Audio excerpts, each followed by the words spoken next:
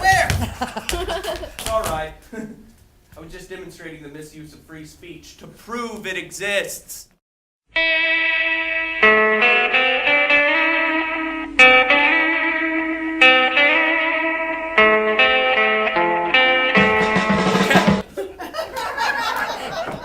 They don't even move. They should burn to death in their own shoes. Take the dark philosophical comedies of Samuel Beckett. Add to it Shakespeare's love of language games. Mix with a dollop of being and nothingness. And just a pinch of the Goon Show. Now you're beginning to get close to the dramatic territory staked out by Tom Stoppard, whose first major work, Rosencrantz&Guildenstern Are Dead, is currently on stage at TheatreWorks.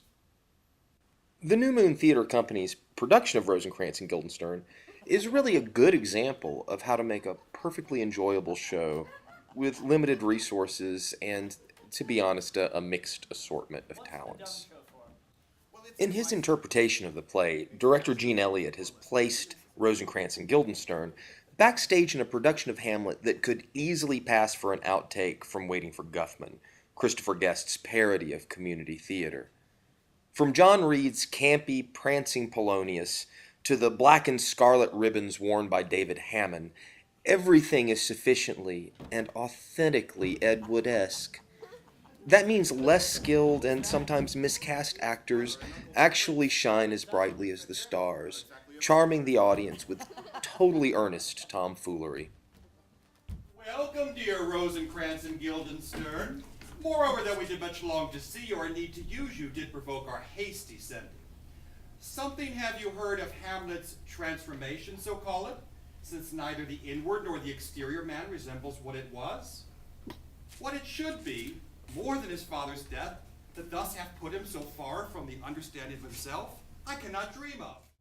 The playwright's conceit that every character's exit in one play is an entrance into another play opens a window onto the absurd world of Shakespeare's famous patsies.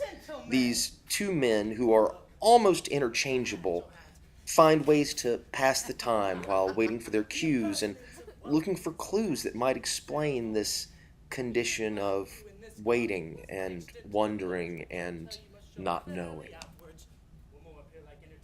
It's really extremely heady stuff, but in Stoppard's capable hands, it all seems as light as a feather.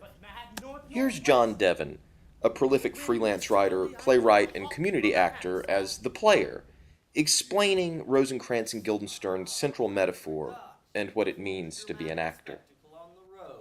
Yes, I'm sorry. We had to miss it. We can't look each other in the face. I don't understand the humiliation of it. To be tricked out of this single assumption that makes our existence viable. That someone would be watching. There we were.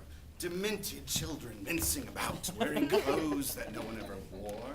Speaking as no one ever spoke, swearing love in wigs and rhymed couplets, killing each other with wooden swords, hollow protestations of faith hurled after empty promises of vengeance, and every gesture, every pose vanished into the thin, unpopulated air.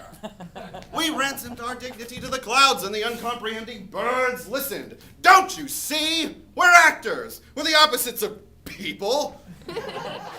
So, for being a bit undercooked and rough at the edges, The New Moon's Rosencrantz&Guildenstern Are Dead has plenty of laughs.